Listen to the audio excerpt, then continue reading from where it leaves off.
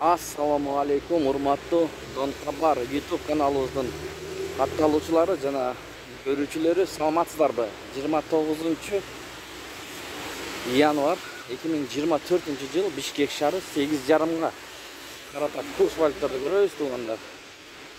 Бишкек шаарында кар жаап атат. Эми кеттик. Бул обменкада доллар 89.40, евро 96 сом 50 тыйын, рубль 0.992, сату 1.007.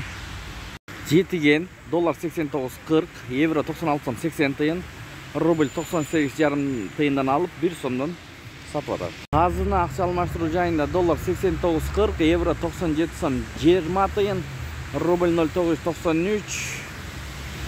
Эң төмөн ушул обменкада болуп атат, рубль боюнча мынакей көрүп алыңыздар. Ушу менен видеону аяктайбыз. Сак саламатта туруңуздар.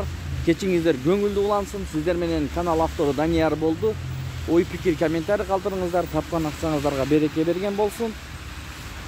Моссебеттеги обменкалар достор түнү күнү иштейт. Түн саат 3-те келсеңиз дагы ачык алмаштырып кете аласыздар. Билбеген бир туугандарга айтып жатам.